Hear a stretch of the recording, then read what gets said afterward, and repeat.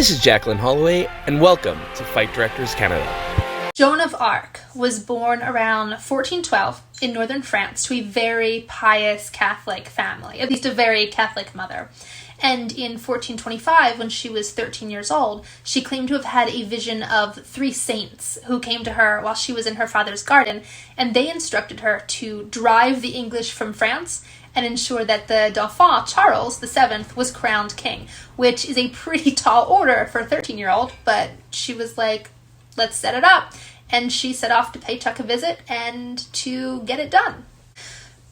Charles knew that she was coming and he wanted to test her abilities. So he swapped clothes with one of his courtiers so that when she got to court, he would know if she was real or not, because surely she would know which is the real Charles and who was not.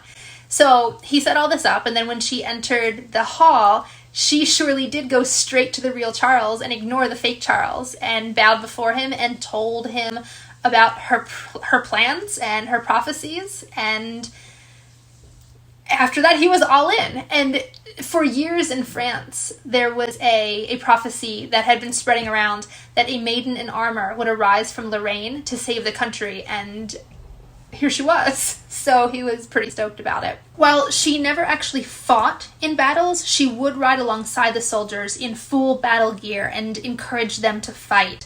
She was an inspiration to the men who fought and to the people of France. And even though she wasn't always allowed to participate in war councils, she made it a point of being present.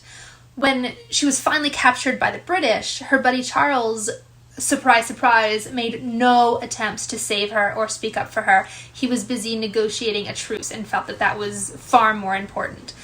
Because Joan claimed that she was acting under the service of God, the British felt that they couldn't persecute her. However, by not persecuting her, that they felt that that would be admitting to the fact that God was on the side of the French. So that was super awkward.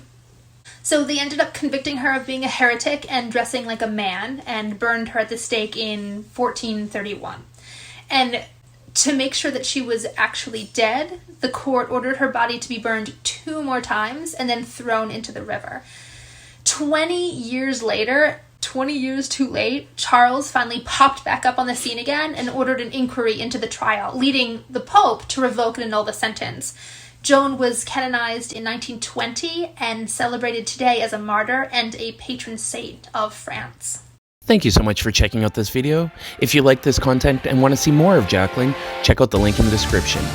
Also, don't forget to like, comment, and subscribe, making sure to hit that bell notification and setting it to all so you don't miss any of FDC's weekly content created by the community for you.